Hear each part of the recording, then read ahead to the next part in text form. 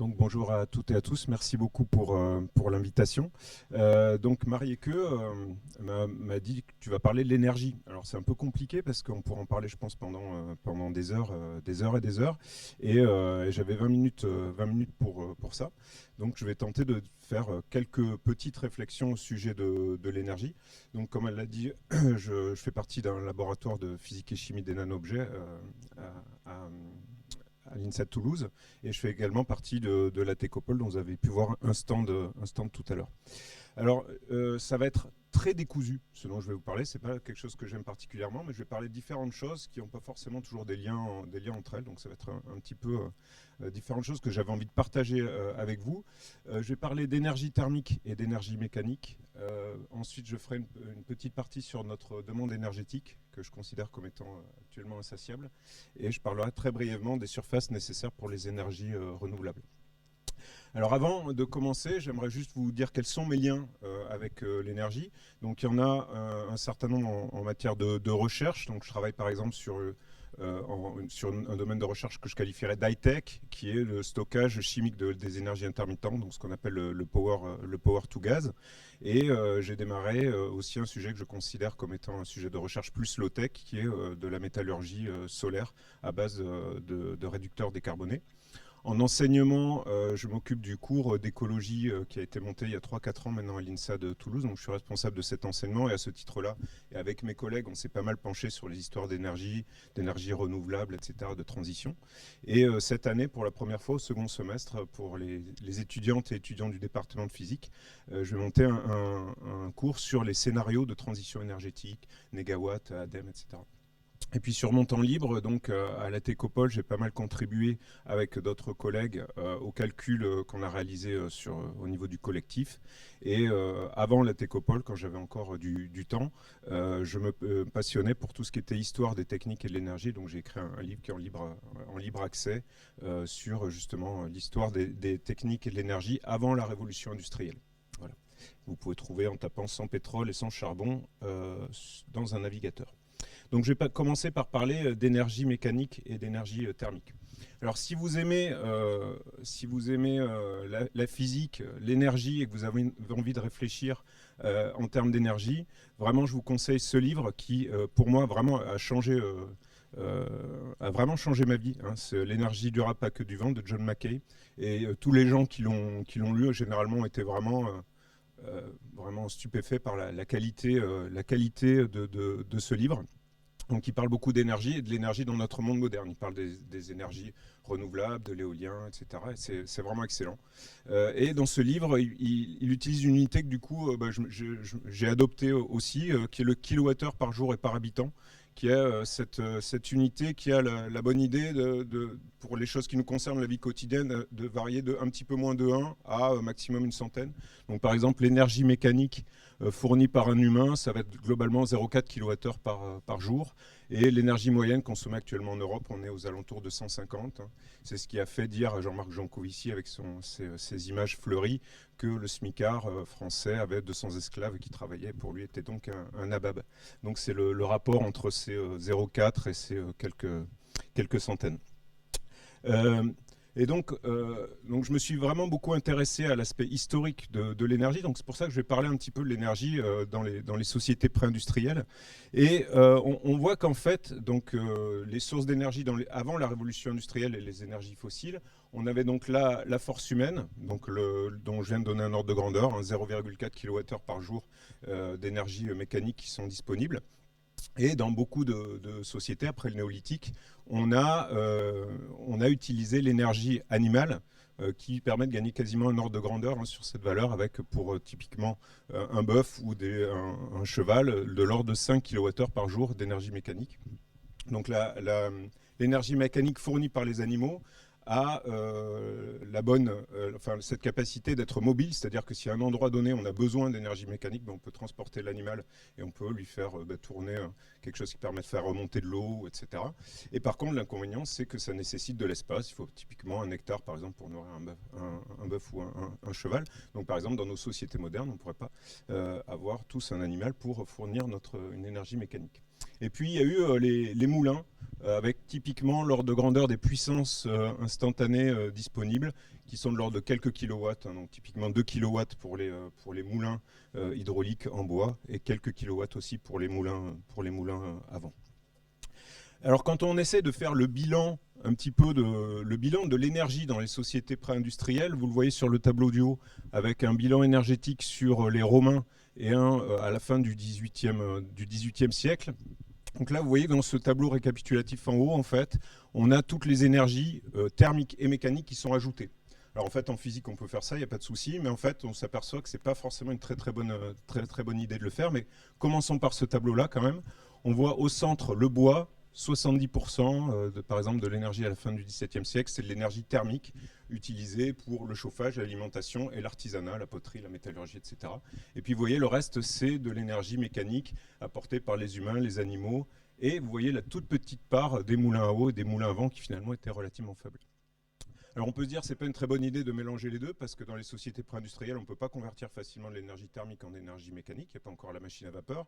Donc si on sépare les deux et qu'on essaie de faire le bilan uniquement sur l'énergie mécanique, on s'aperçoit que là, la part des moulins à eau et des moulins à vent, si on les additionne, on est plutôt de l'ordre de 10%. Donc on n'est pas dans quelque chose, souvent il y a ces images-là des roues hydrauliques et des moulins, on n'est pas dans quelque chose où vraiment l'apport d'énergie mécanique dans ces sociétés-là était vraiment très important par les moulins à eau. L'immense majorité de l'énergie mécanique était quand même apportée finalement par les animaux. On voit quasiment les 2 tiers qui apportent l'énergie mécanique et le reste quasiment par les humains. Lorsqu'on regarde après ce qui s'est passé au niveau de la révolution industrielle en Angleterre, donc ça c'est des bilans énergétiques que j'ai fait à partir de données historiques, vous voyez ici sur deux échelles temporelles, les deux graphes de gauche qui sont similaires, un bilan sur l'augmentation de l'énergie thermique et l'augmentation de l'énergie mécanique. Ce qu'on voit, c'est que l'utilisation du charbon en Angleterre a commencé bien avant ce qu'on appelle vraiment la révolution industrielle et était utilisée pour différents usages tels que par exemple la bière, la poterie, la fonte de certains métaux, etc. etc. Et ça a augmenté, vous voyez que dès 1700, on avait déjà une part d'énergie thermique qui était beaucoup plus importante due au charbon qu'au bois. Et en fait, l'augmentation d'énergie mécanique n'a été que beaucoup plus tardive avec l'invention de la machine à vapeur. Et donc la révolution industrielle, c'est vraiment une révolution avant tout thermique. Et la conséquence, après, l'augmentation de l'énergie mécanique, c'est une conséquence de ce qu'a permis cette évolution de l'énergie thermique. Et donc, quand on parle de civilisation thermo-industrielle, je pense que le terme est vraiment bien choisi parce que c'est vraiment une révolution thermique. Et vous avez donc certains historiens qui disent, et notamment dans le cas de la France, hein, la révolution industrielle a été beaucoup alimentée par des énergies renouvelables, notamment il y a eu beaucoup par exemple de filatures, d'usines qui étaient alimentées par des grosses roues hydrauliques, des turbines. Donc effectivement, dans le cas de la France, il y avait des machines à vapeur, mais il y avait aussi beaucoup d'hydraulique. Mais ces grosses turbines, ces grosses roues hydrauliques, elles étaient toutes fabriquées à partir de métal qui, lui, provenait du charbon. Donc en fait, sans utilisation massive de charbon, on ne peut pas utiliser ces énergies renouvelables parce qu'on n'a pas suffisamment de capacité de production de métal pour les fabriquer. Et donc ce qu'on peut voir, c'est que dès le début de la révolution industrielle, si vous voulez, même les sources de production d'énergie renouvelable sont basées sur le charbon et sur les énergies fossiles. Et ça continue jusqu'à maintenant, puisque actuellement, par exemple, on ne sait pas fabriquer un panneau photovoltaïque ou une éolienne de 250 mètres de haut ou un barrage hydraulique comme celui des Trois Gorges sans utiliser d'énergie fossile. Donc ça pose vraiment la question, pour moi, de savoir, sans énergie fossile, qu'est-ce qu'on est capable de fournir comme énergie renouvelable. Et alors si on fait une expérience de pensée, hein, c'est toujours utile en physique de faire des expériences de pensée, donc imaginons que par exemple dans les prochaines décennies, nous continuons à utiliser massivement des énergies fossiles avec différentes technologies dont les gens parlent, par exemple du stockage en sous-sol, ou bien on va transformer ça en noir de carbone qu'on va stocker quelque part, etc. Donc il y a différentes choses qui sont sur la table. Et donc on finisse par épuiser les énergies fossiles. Et donc à partir d'un moment, ce système technique où on n'aurait plus d'énergie fossile, imaginons qu'il y ait n'importe quoi, un accident, des éruptions volcaniques, un petit météorite qui passe par là, et qu'on doive quelque part redémarrer notre civilisation sans avoir laissé d'énergie fossile du tout, de charbon, de pétrole ou de gaz accessible facilement, ben, en fait, je ne sais pas trop ce qu'on ferait. Parce que, en fait, pour moi, quand on regarde historiquement ce qui s'est passé au niveau de la révolution industrielle, il y a vraiment eu un starter qui est celui des énergies fossiles. Et sans ce starter-là, je ne vois pas exactement ce qui serait possible. Et donc, ces réflexions, en fait, m'ont amené à me poser la question, finalement, qui a été la première étape de l'écriture de mon livre, c'est de réfléchir sur, bon, déjà, ce qu'ont fait les gens avant la révolution industrielle. Ils n'utilisaient pas de charbon et pas de pétrole, donc qu'est-ce qu'ils faisaient techniquement. Donc, je trouve ça très intéressant. Et après, la question à laquelle j'aimerais essayer de répondre, c'est si on essayait de démarrer une société industrielle sans charbon, sans pétrole, sans énergie fossile, qu'est-ce qu'on pourrait faire? Et si le démarrage, c'est vraiment une source d'énergie thermique abondante, la question pour moi, c'est est-ce qu'on peut démarrer une espèce de production un peu élevée de métal uniquement à partir de l'énergie solaire à concentration? La réponse, pour moi, elle n'est pas évidente. C'est pour ça que je considère que c'est de la recherche low-tech, parce que c'est pas très clair. Je ne suis pas intimement persuadé que le solaire à concentration permette en fait de produire de grandes quantités de métal, mais je n'ai pas la réponse à la question, donc on essaye avec mes collègues. On essaie de commencer à travailler en collaboration avec Odeio sur cette question-là de la métallurgie solaire. Qu'est-ce qu'on peut faire à partir de solaire à concentration? Donc voilà, ça c'est la première chose dont j'aimerais parler. La deuxième, c'est au sujet de notre demande énergétique. Donc, je pense que toutes les personnes qui sont ici connaissent l'effet rebond, donc je ne vais pas en parler longtemps, le présenter longtemps, mais je vais juste le rappeler au cas où certaines personnes ne connaîtraient pas. Donc, ce qu'on observe historiquement depuis la révolution industrielle, en gros, c'est que quand on améliore l'efficacité énergétique d'un procédé, quel qu'il soit, finalement, ça va conduire globalement à une augmentation de la consommation énergétique globale, avec un exemple qui est celui du numérique, hein, qui est assez emblématique, puisque nous n'avons jamais été aussi efficaces du point de vue du stockage, du processing, de la transmission des informations numériques, avec une diminution de la consommation énergétique par bit ou par données stockées d'un facteur 2 tous les 2 ans, et pour autant, on est sur un taux de croissance de plus de 9% par an, par multiplication des usages, des applications qui sont de plus en plus puissantes, des nouveaux produits, des nouveaux marchés, etc. etc. Et donc, si on commence à réfléchir aux différents aspects de notre vie, quotidienne, pour voir justement est-ce que tous les aspects de notre vie quotidienne, finalement, sont soumis à cette espèce d'effet rebond. Moi, je considère qu'il y a certains domaines dans lesquels, oui, effectivement, on n'a pas de plafond, en fait, à la consommation énergétique associée à certaines choses. Donc, par exemple, la mobilité, en fait, on pourrait donner, je sais pas moi, une quantité d'énergie considérable à des gens pour voyager, ils vont toujours le trouver à l'utiliser. On voit Jeff Bezos qui a commencé à utiliser de l'énergie maintenant pour aller faire du tourisme spatial. Si on lui en donnait plus, il irait sur Mars, sinon on irait, voilà. Donc il n'y a pas de limite, en fait, à l'énergie associée à la mobilité. La santé non plus. On pourra toujours essayer de prolonger l'espérance de vie des gens. Et puis s'il y a jamais un jour, comme le promettent certaines personnes, on guérit toutes les maladies, et ben on pourra toujours augmenter les humains. Enfin voilà, il n'y a pas de limite à ce qu'on pourrait dépenser pour améliorer la santé. La recherche scientifique, hein, donner 150 millions à un physicien ou un pétajoule, il saura toujours quoi en faire. Donc il n'y a pas de limite à justement la demande énergétique associée à la recherche scientifique. Et puis le confort, le luxe là aussi.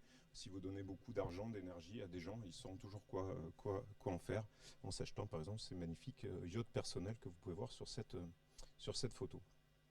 Et puis après, il y a certains domaines où on se dit, ouais, mais là quand même, l'effet rebond, il n'est pas là parce qu'au bout d'un moment, on s'arrête.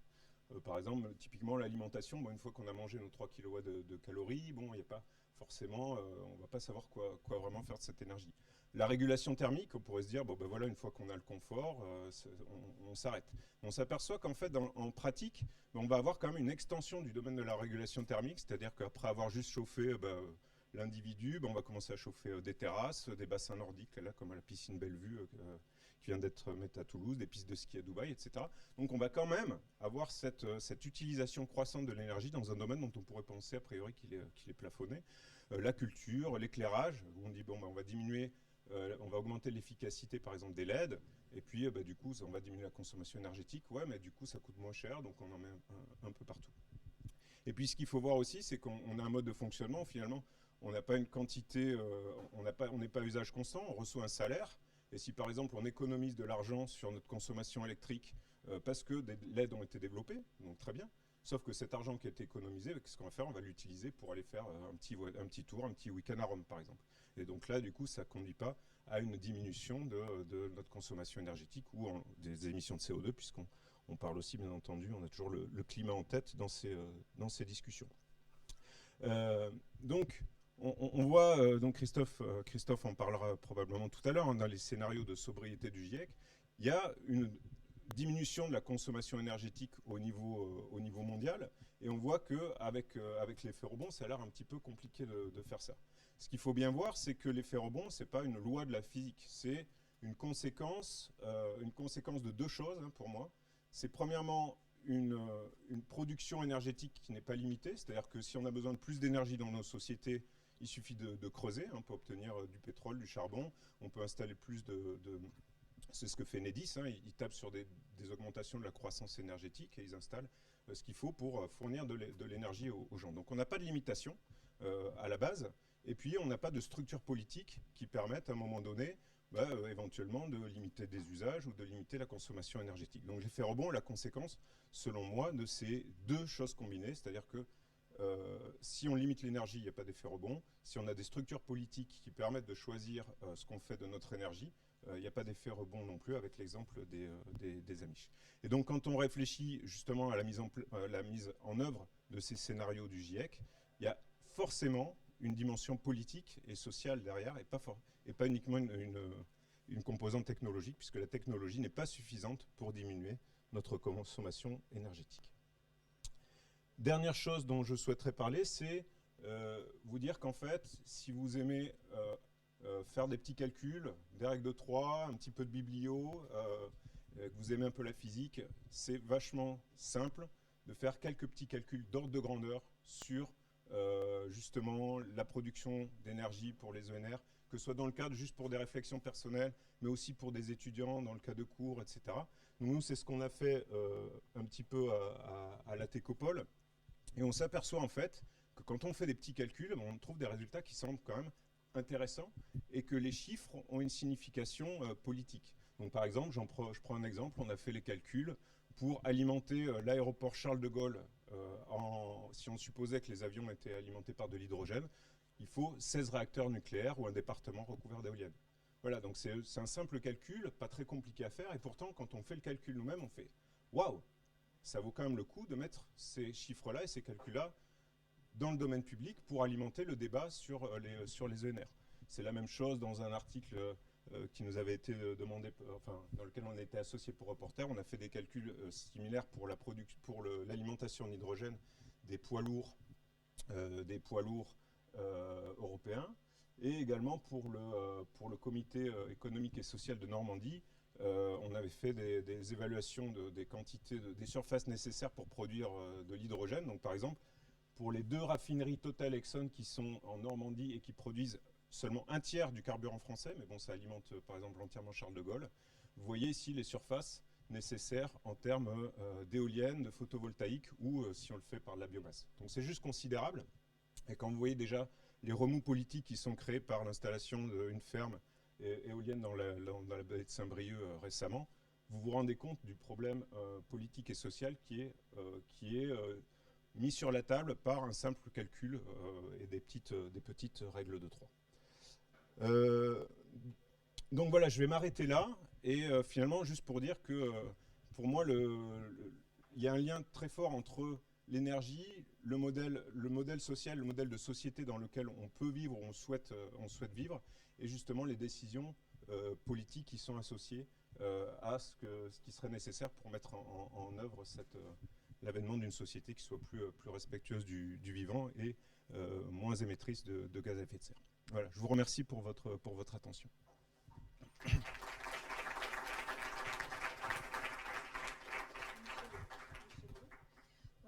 Merci Julien. Évidemment, on passe aux questions. On a un petit peu de temps.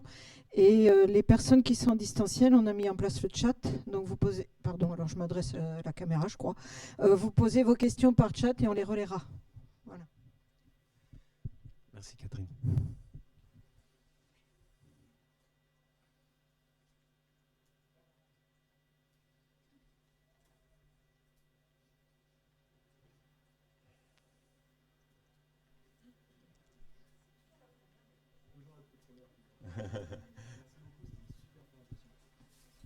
Merci beaucoup, super présentation, j'ai beaucoup apprécié.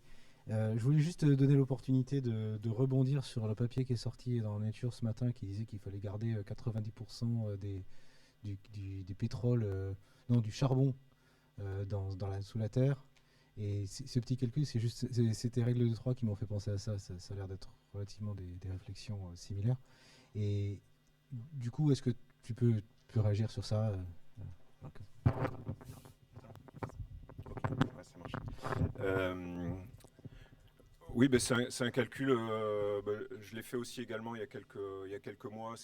C'est effectivement un calcul relativement simple à faire. Il y a toutes les données dans les rapports de BP, British Petroleum, sont excellents sur l'énergie. Il y a tout ce qu'on veut savoir sur les ressources, les réserves prouvées, les réserves totales, etc. en charbon. Donc il suffit d'aller chercher dans des tableaux, de faire quelques additions, de voir quel est le budget carbone global en le tirant du rapport du GIEC. Et effectivement, c'est un résultat qui est relativement facile à obtenir, qu'il faut laisser 80% c'est le calcul que j'avais fait, 80% des énergies fossiles dans le sol pour le scénario 1.5. Donc ça, j'avais fait le calcul là, en sachant que je n'avais pris uniquement les chiffres des réserves prouvées. Et on sait qu'il y en a vachement plus, puisqu'il y a les réserves attendues, machin, cela. Enfin, c'est pas ici que je vais le développer, mais en prenant juste le chiffre des réserves prouvées d'énergie fossile, on fait le sigma, on prend les 1.5 et je sais plus combien, les 540 gigatonnes de CO2 qui nous restent à émettre, et on tombe sur ces 80% dans le sol. Donc, ouais.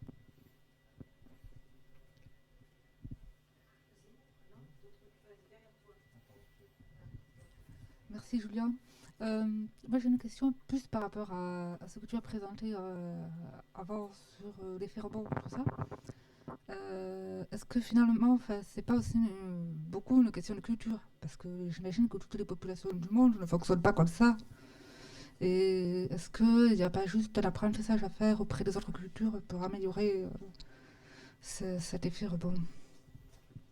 Alors, c'est une question à laquelle je pense qu'il est extrêmement difficile de répondre, parce que dans le domaine de l'anthropologie, si on peut retenir une chose de l'anthropologie, c'est que les manières de vivre des humains et leur culture peuvent être extrêmement vastes. Quand on discute de les humains sont comme ci, les humains sont comme ça, c'est toujours des débats sans fin, on ne sait jamais qui a raison. Mais au moins, on est sûr d'un truc avec l'anthropologie, c'est qu'il peut y avoir une diversité incroyable de cultures, de manières d'apprendre la technique, les énergies, les rapports hommes-femmes, tout. Voilà. Par contre, savoir quel serait dans d'autres cultures le rapport à une énergie infinie, en fait, on n'a pas trop d'exemples anthropologiques. Finalement, c'est la culture européenne, la révolution industrielle, qui a eu à un moment donné cet accès à une énergie limitée. On voit ce qu'elle en a fait. C'est pas forcément joli. Savoir si ça aurait pu se passer autrement dans d'autres circonstances, dans d'autres cultures. Je ne pense pas que l'anthropologie puisse répondre à cette question, en dépit de l'intérêt, je pense, fondamental de cette question sur, justement, avec d'autres valeurs, d'autres cultures, est-ce qu'on pourrait se comporter différemment quand on tombe sur un trésor, quoi. Enfin, je veux dire, enfin, en gros, on est tombé sur un trésor d'énergie, un truc complètement dingue. La question, c'est, on va peut-être pas l'utiliser. Enfin, c'est quand même difficile pour tomber sur un trésor et se dire, ok, je le laisse là, quoi, je repars. Voilà.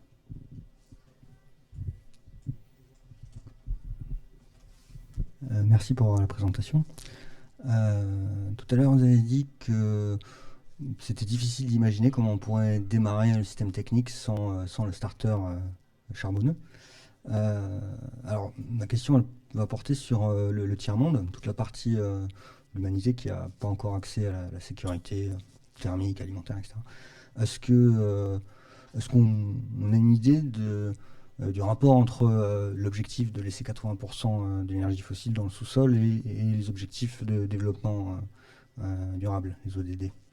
Le fait de sortir le tiers-monde de l'insécurité dans laquelle il est actuellement.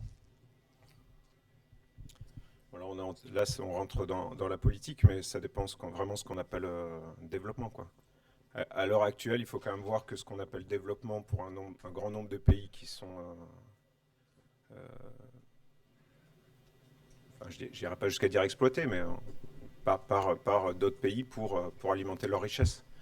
Donc si on met derrière le thème développement, réussir à faire que d'autres personnes travaillent pour nous pour qu'on puisse avoir des SUV, des smartphones, est-ce que c'est vraiment souhaitable? Je ne sais pas. En fait, toute la question pour moi derrière la question, c'est qu'est-ce qu'on appelle développement? Est-ce que le développement, c'est vraiment ce que beaucoup de gens mettent derrière le terme développement, c'est-à-dire permettre à des gens qui étaient autosuffisants du point de vue alimentaire, de devenir dépendants des importations, des exportations, de cultures de cacao, de chocolat, de matières premières à destination des pays européens, le tout pour des salaires qui vont les rendre après complètement dépendants de la mondialisation. Si c'est ça le développement, je ne vois pas l'intérêt en fait. Alors, sans les SUV et smartphones, je suis parfaitement d'accord, mais sans les hôpitaux, l'eau potable, la sécurité alimentaire, là on est sur des choses plus fondamentales, disons. Mais là, du coup, on rentre dans, pour moi, un autre débat, et qui est celui de l'énergie nécessaire pour maintenir l'espérance de vie des Européens, qui a explosé à partir... Enfin, en fait, ce qu'il faut voir, c'est que tout au long... En gros, depuis la chute de l'Empire romain, il y a eu une décroissance de l'espérance de vie, ou une stagnation, mais en tout cas pas une croissance. Une décroissance de l'espérance de vie des Européens tout au long du Moyen-Âge, en dépit de la complexification technique, en dépit de sources d'énergie supplémentaires, qui s'est accentuée au moment de la révolution industrielle. Il n'y a qu'à voir les ravages sociaux et les maladies, l'augmentation des maladies lors de la révolution industrielle anglaise. Donc, la révolution industrielle anglaise n'a pas immédiatement apporté un bienfait en termes de tout ce que tu dis, médecine, etc. Il a fallu attendre 1910, ce qui est relativement tard quand même, enfin, voilà, 1910 avant que l'espérance de vie reprenne au-delà de ce qu'il y avait à la fin de la chute de l'Empire romain. C'est-à-dire qu'il faut quand même qu'on ait conscience que tout notre système alimentaire, notre sécurité alimentaire, les hôpitaux, les maladies, les vaccins et j'en passe, c'est juste maintenu par une consommation énergétique incroyable. Donc à un moment donné, oui, pour moi, enfin à titre vraiment personnel, la médecine, c'est un truc qui me fait cogiter matin, midi et soir sur le lien entre, voilà, est-ce qu'on doit accepter de faire toute cette dépense énergétique pour maintenir en vie des gens jusqu'à 80 ans? Et c'est une vraie question parce que tout le monde tient à la médecine, tout le monde a envie de se soigner. On voit à quel prix c'est. Donc c'est une vraie question compliquée.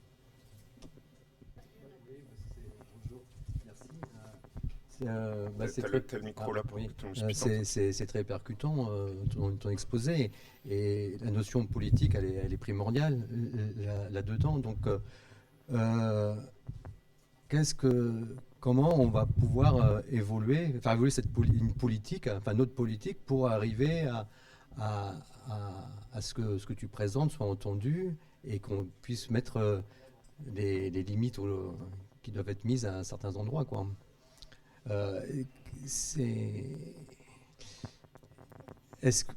Visiblement la politique officielle ne répond à aucun des constats que tu nous as présentés. Donc ça veut dire que ça peut être que les citoyens, nous, qui devons... je ne sais pas non plus. Hein, j'ai vraiment pas la réponse à cette question. Je pars du principe que déjà partager les connaissances et les analyses, c'est déjà pas mal. Enfin, ne serait-ce que sur des choses assez actuelles comme voilà, le débat sur les ENR, parce qu'on est quand même dans une société où il y a quand même encore cette espèce de déni ou de mythe de on va réussir à ne pas trop toucher à notre niveau de vie tout en décarbonant. Oui, mais ça c'est notre politique actuelle. C'est le politique c'est le message de notre politique actuelle. On voit bien que les Français sont assez sceptiques, puisqu'il y a ce sondage dans Le Monde il y a 3 jours, qui était assez surprenant d'ailleurs, où enfin moi ça m'a vachement surpris le résultat, qui disait qu'en gros les gens ont plus confiance à 55% dans des choses qui vont toucher à leur mode de vie que dans les progrès technologiques face au réchauffement climatique. Plutôt 15% pour les... C'est assez incroyable en fait comme résultat et symptomatique probablement d'une évolution culturelle ou en tout cas d'un scepticisme vis-à-vis de la technologie qui est nouveau et qui n'était pas du tout présent dans les années ne serait-ce que dans les Trolls Glorieuses, mais encore récemment. Donc il y a quand même des choses qui, du point de vue culturel, des valeurs et des analyses que les citoyens lambda font de la situation, qui commencent quand même à se rapprocher du bon sens, quoi. Malgré le discours officiel qui est de vendre la technoscience. En dépit du discours officiel. Encore merci pour les questions et pour l'invitation. Merci beaucoup.